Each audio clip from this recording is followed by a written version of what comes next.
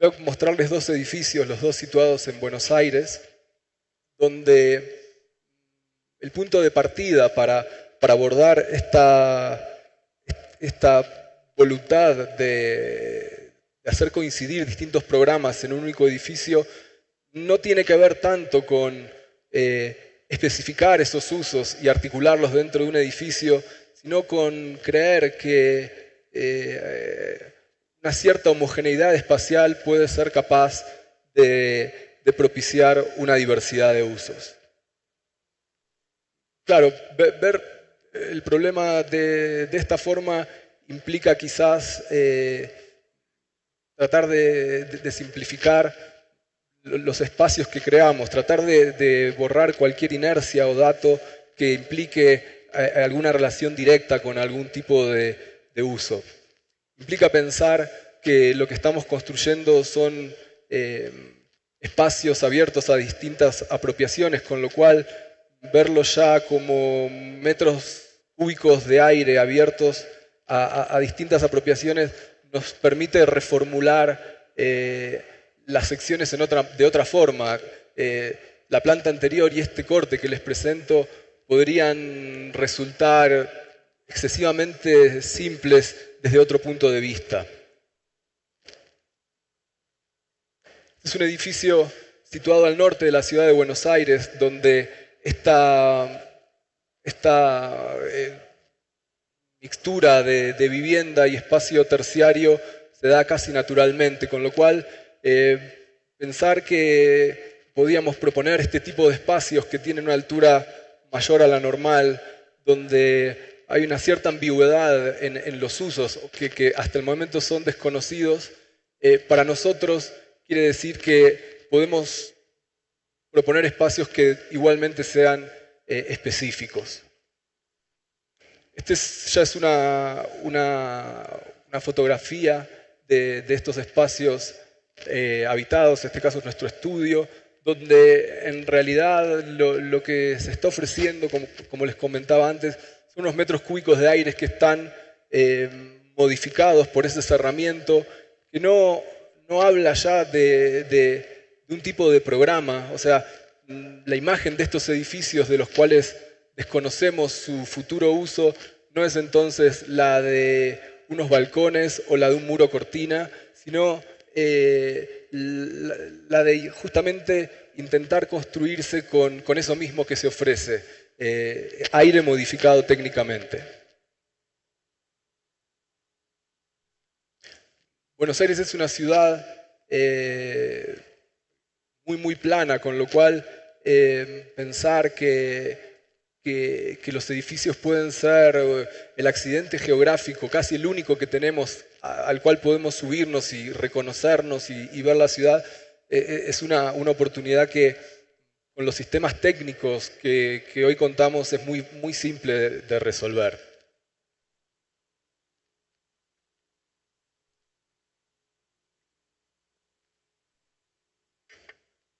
El segundo caso que les quiero comentar es un edificio que resuelve este doble problema con un escalonamiento que al mismo tiempo lo permite insertarse en una trama bastante consolidada.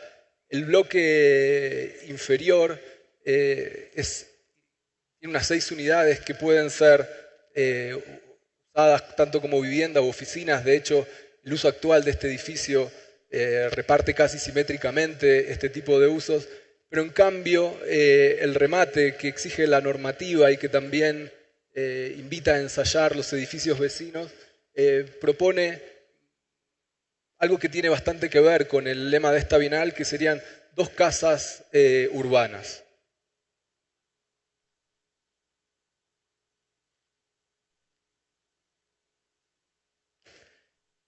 Esta idea de no reincidir con el espacio sobre los futuros usos se lleva no solamente a las unidades, sino que es algo que intentamos trasladar a cada una de las instancias del edificio. El uso oficial de esa planta baja sería el ingreso a las viviendas y también sería la posibilidad de estacionar ahí unos coches, pero lo cierto es que visto de esta forma, es mucho más que eso. Hoy día este lugar funciona como un espacio de juego para los chicos que viven en este edificio, donde se hacen las reuniones de consorcio, etc. En el curso de proyectos que llevamos con mi socio en este momento, estamos intentándole poner un nombre a este tipo de tema que les comento, que básicamente es el paso de lo que sería el mixed use de las construcciones de gran escala al diffuse, o sea, a los usos difusos que proponemos con esta escala intermedia de trabajo. Este patio trasero se proyecta verticalmente y estas son las unidades que ya de vuelta, ya en uso. Estas son fotos que hicimos, no son fotos profesionales, sino son fotos que nosotros mismos vamos tomando después de haber entregado la obra y para ver si estas ideas que inicialmente teníamos verdaderamente se verifican o se contradicen o en algunos casos hasta nos sorprenden. El cerramiento del edificio no está resuelto en un único límite. Poder desdoblarlo en dos nos permite abordar distintos temas de manera separada. Por un lado, problema térmico y de estanqueidad, resuelto con una carpintería tradicional, pero por otro lado un cerramiento que resuelve varios temas a la vez. Por un lado, el tema de la seguridad, que es algo muy ligado a nuestra ciudad, pero también y sobre todo la idea de que la transparencia literal con el entorno no es algo del todo deseado. Poder pensar que nuestros sistemas de objetos pueden anteponerse al paisaje y generar una suerte de paisaje privado que se superpone a la ciudad, genera un filtro que en cada uno de los casos es distinto. Este sistema de cerramiento atraviesa todo el edificio, incluso no haciendo diferencias entre los espacios que son cubiertos, semicubiertos o descubiertos. Esta toma está hecha justo desde el retranqueo que les comentaba y sería la expansión de lo que nos gusta llamar casas urbanas. Este retranqueo genera unos espacios abiertos que casi pueden ser percibidos como unos patios elevados que expanden las zonas de estar de estas unidades, pero sobre todo existe una diagonal, un espacio que conecta con la azotea de este edificio que intenta proponer una nueva idea de lujo ligada no tanto a la casa suburbana o a los jardines o a los parques, sino a unas viviendas que con una paleta muy acotada de materiales logran generar escenarios que entendemos como deseables.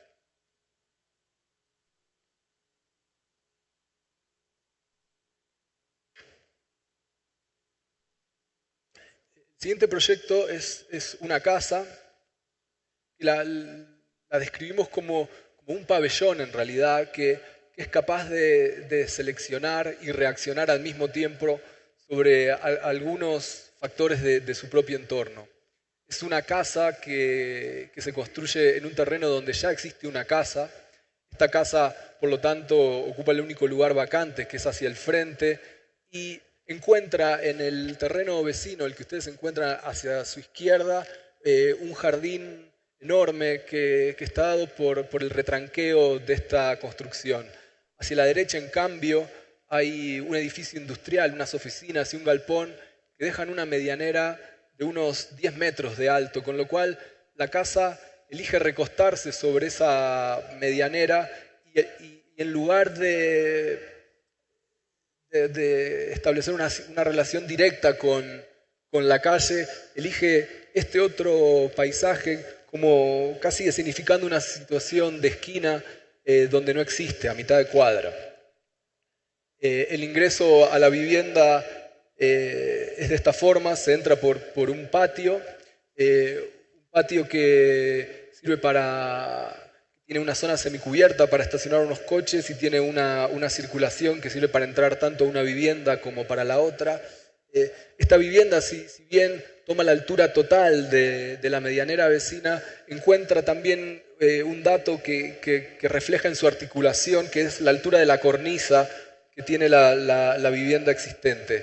Esa altura es la que sirve para generar una bandeja metálica, que es la que contiene el jardín o un dispositivo donde colocar vegetación. El sistema circulatorio remata en una azotea y el espacio interno de vuelta es un espacio que por su enorme exceso de metros cúbicos de aire relega no tanto a los usuarios sino al mobiliario que ellos dispongan ahí como para nombrar o rotular de esta forma los usos que allí se despliegan. Cuando percibimos este cerramiento de frente, aparece ese jardín elevado al que refería antes, que parece fundirse con el jardín de la vivienda vecina. Por esta escalera se sube a la azotea, y la azotea es la que es capaz de recuperar la visión sobre todo el barrio.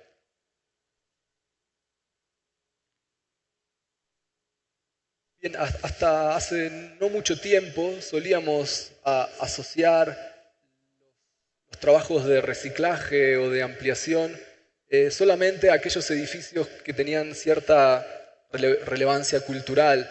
De hecho, había arquitectos especializados en este tipo de intervenciones. Hoy nuestra sensibilidad hacia lo construido cambió radicalmente. O sea, podemos ver los edificios obsoletos como una energía latente a la espera de ser redescripta. Esto para nosotros ha significado un área de libertad, donde no trabajar didácticamente con el tiempo, ¿no? Donde siempre existe una inercia muy fuerte de describir el pasado y el presente en este tipo de intervenciones. Voy a mostrarles 3 ensayos de vivienda urbana donde la estructura existente y las intervenciones intentan licuarse en un único tiempo que es el presente. Esta sección muestra un poco el área de intervención. Nos encontramos con una casa construida a mediados de los años 70, donde su relación con la ciudad era a través de unas ventanas con barrotes. O sea, nuestra primera intervención tiene que ver con cambiar la conexión de la vivienda con el espacio urbano.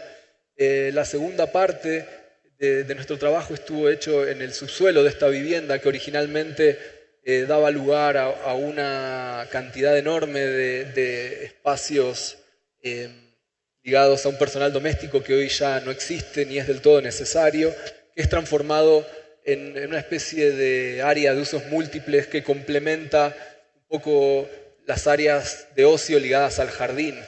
La tercera intervención es la que ven en vertical hacia el contrafrente de esta vivienda, que es un pabellón de unos 3 metros que recorre todo el ancho del lote, y lo que busca en realidad es generar un vínculo un poco más dinámico entre ese subsuelo, ahora no técnico, y el jardín. El segundo de los casos de estos reciclajes o ampliaciones que quiero comentarle es en lo que era antes una antigua casa chorizo. Estas viviendas, ayer las comentaba Javier, tienen 2 accesos. Uno que es el del frente, donde generalmente vivía ahí el propietario, y el otro, que es en este caso el de la izquierda, es el que da un corredor larguísimo que da unas viviendas que ocupaban todo el interior de la manzana. Son interesantes estas viviendas, verlas hoy como tienen un grado de tensión muy fuerte entre un corsé compositivo académico y un programa extremadamente urbano, contemporáneo, a pesar de que tengamos cierta distancia. Este tipo de viviendas no resolvían sus expansiones o el ocio porque los propietarios de estas casas resolvían ese tipo de funciones por fuera de la ciudad. Hoy la ciudad sí que tiene, dentro de su agenda, uno de sus desafíos es compactarse y no por eso perder la posibilidad de generar espacios abiertos en relación con el cielo. La vivienda tiene en el subsuelo un programa de carácter público, se encuentra en una zona ligada al turismo, con lo cual hay una vivienda muy pequeña que entra en régimen de alquiler temporario, y hacia el fondo, que es la parte que pueden ver en color amarillo, se construye un gimnasio donde uno de los propietarios da clases ahí.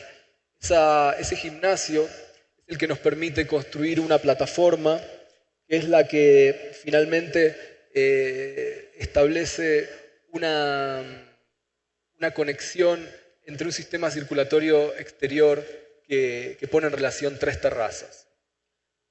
Hacia el interior, nuestra intervención fue de mínima restauración y pintura. Esto que les comentaba del paso de los usos mixtos a los usos difusos, estaban todavía mucho más claro en este tipo de espacios de habitaciones encadenadas, donde, como pueden ver acá, el mobiliario es el que decidía y rotulaba los usos de cada una de las habitaciones.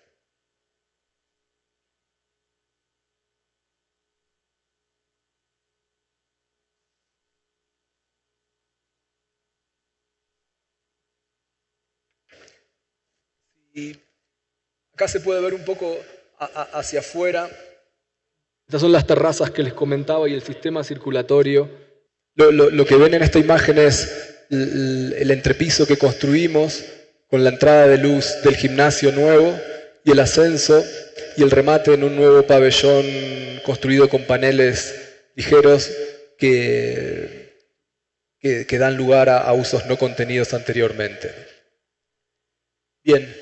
El tercero de los casos es otro reciclaje y ampliación que está dado en una vivienda que tiene un ingreso desde la calle por una escalera, una planta intermedia donde antes funcionaba una zona de estar y un único dormitorio, y una terraza que de vuelta tenía la discontinuidad de las medianeras tan propia de las ciudades latinoamericanas. Nosotros intentamos hacer de ese accidente una oportunidad como para encontrarle el carácter a esta vivienda.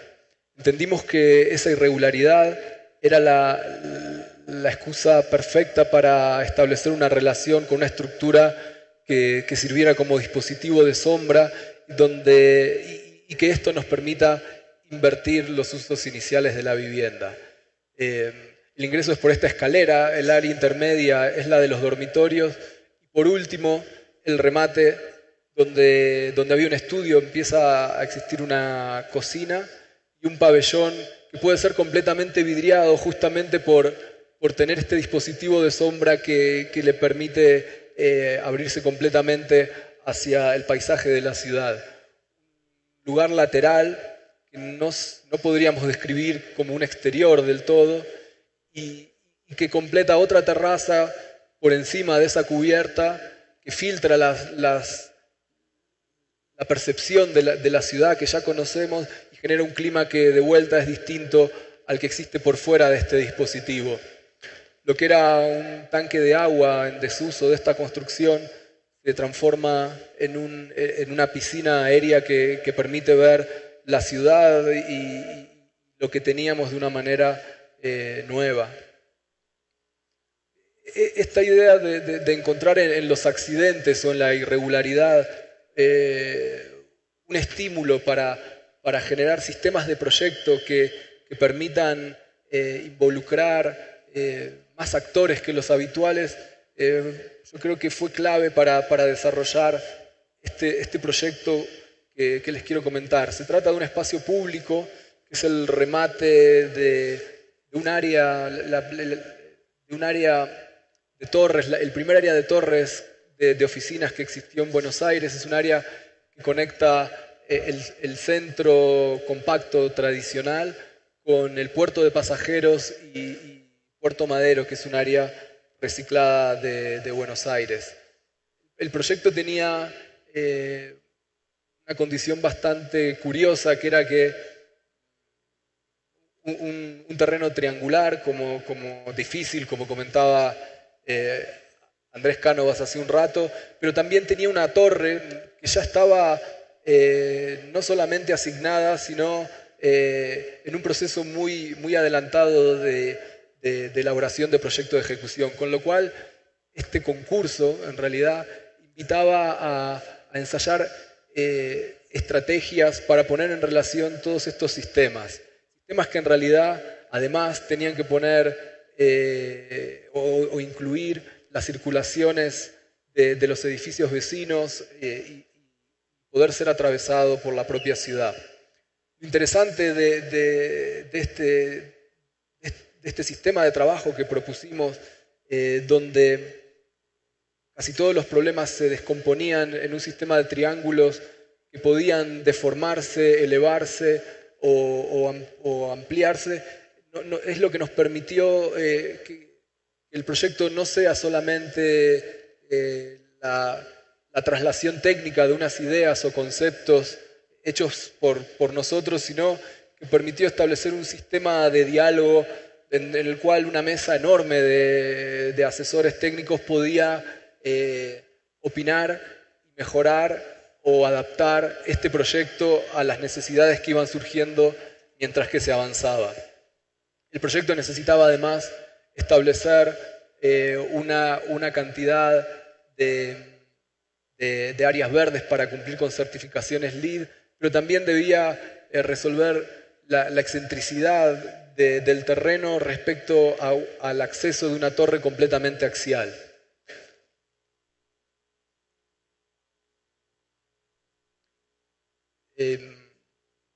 La posibilidad y exigencia de contar con especies vegetales dentro de esto que no podríamos llamar del todo plaza, sino que es un espacio público de transición que nace en realidad a partir de este invento que viene de Manhattan de los 60, ideado por Gordon Bunshaft, donde en realidad se cede cierto espacio público a cambio de aumento de metros cuadrados para la torre que se construye.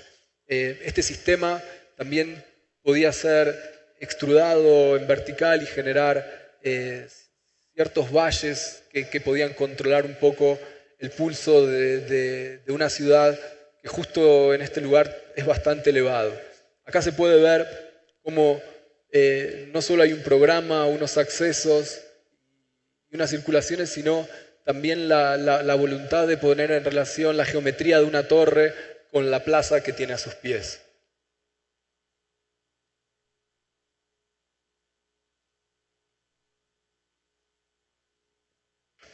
Un poco el entorno y el estado actual del proyecto.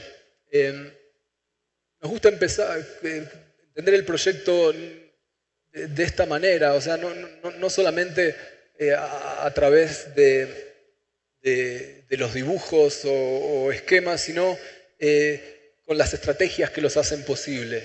Les voy a contar ahora una intervención que hicimos junto al arquitecto Daniel Silverfaden para una empresa que extruda aluminio, que se llama Sapa, es una empresa noruega, donde en realidad nos pedían 3 tipos de intervenciones que no tenían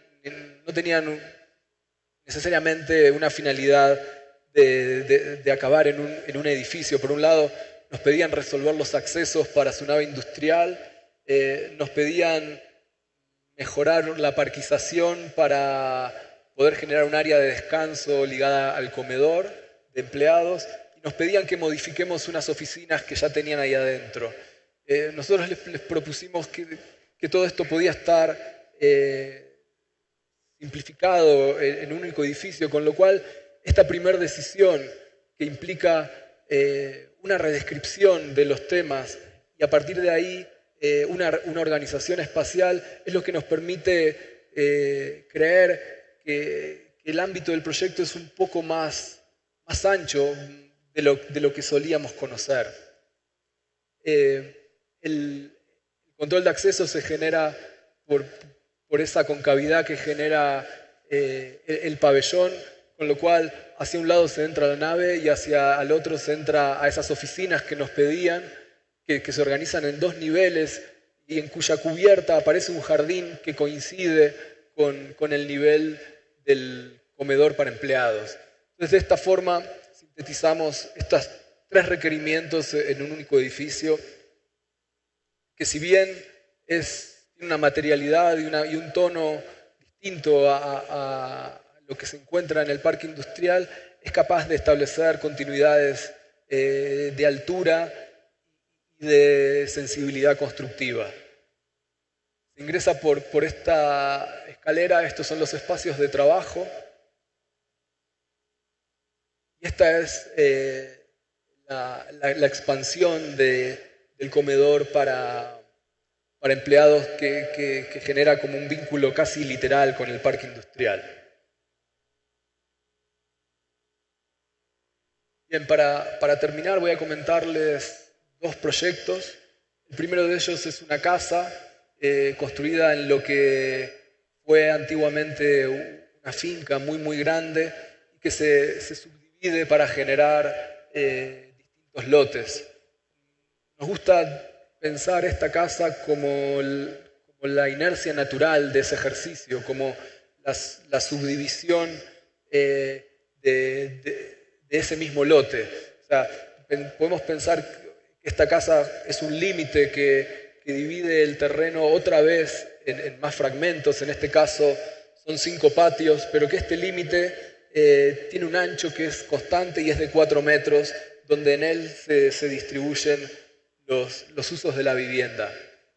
La vivienda es para 2 personas mayores sin hijos, con lo cual era bastante simple pensar que este pabellón delgado y extrudado podía tener unas áreas técnicas muy localizadas y después pensar que podían existir migraciones del mobiliario que hagan que en una época del año u otra tenga mayor sentido usar la casa de tal o cual manera.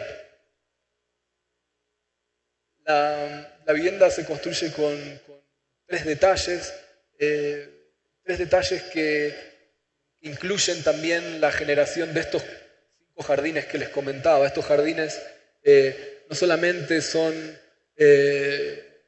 paisaje visual generado, sino que tienen responsabilidad técnica. Hacia el norte se eligen especies que generan una sombra horizontal, hacia el oeste se eligen otras especies que generan un muro vegetal, con lo cual esta especie de homogeneidad o sistematicidad de estos 3 detalles está complementada con la responsabilidad técnica con la cual pensamos estos 5 jardines. La coloración de esta vivienda intenta generar un vínculo con las casas vecinas, aún sabiendo que está en las antípodas de su organización. No renuncia a establecer un diálogo. De esta forma se ingresa. Los interiores básicamente se construyen con un único color, con pintura, una pintura que es capaz de reflejar los colores y las sombras de los jardines, que son tan casa como el interior que muestra esta foto. Bien, para terminar voy a contarles un proyecto construido en este mismo barrio, que es un clubhouse, cuya posición estaba ya predeterminada de estar en el remate de un lago también artificial. Era un programa con casi menos metros cuadrados que las casas que hoy existen en esta urbanización, con lo cual lo que nosotros propusimos fue 2 proyectos simultáneos. Uno, el oficial, que era la construcción de este clubhouse, y el segundo era la ampliación de este lago. No solamente para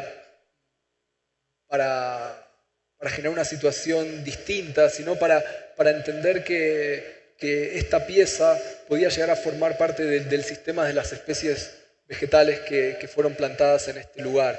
Y de esta forma no medirse con otro tipo de construcciones, que en este caso son las vegetales o el lago, y no tanto con las casas que vendrían después. Con lo cual, la obra implicó una construcción en tierra, una construcción que se resuelve en una única planta con una zona húmeda excéntrica respecto a un acceso que se genera por una pasarela también semicircular. Y el tercer ítem importante es la ampliación de este lago hasta llevarlo a los pies del recorrido vial ya existente, con lo cual el ingreso se da por una pasarela que busca las vistas más largas sobre este lago y para después ingresar al pabellón. Hay dos estrategias que podrían ser opuestas. La primera de ellas consiste en establecer una geometría que para nada tiene que ver con la vegetación que rodea este entorno, pero por otro lado una materialidad que sí elige no solo la coloración, sino intenta recuperar los brillos que genera el lago que tiene a sus pies. Está hecha todo el cerramiento, estos dos detalles que ven hacia la derecha, son detalles de cerramiento de un mismo vidrio, un vidrio que puede estar flotado y sirve para carpintería, y otro vidrio que es reciclado y triturado y sirve para revestir unos muros tradicionales que son los que activan los reflejos de quienes circulan por esa pasarela. Por dentro la estrategia es opuesta. Los muros perimetrales se pintan de negro justamente para activar los reflejos de los paneles divisorios de vidrio que organizan el interior de la construcción. Y esta es un poco la imagen que intentamos construir, ¿no? donde casi ponemos de manifiesto que este edificio que propusimos está tan construido como la naturaleza que aparece en este tipo de entornos. Muchas gracias.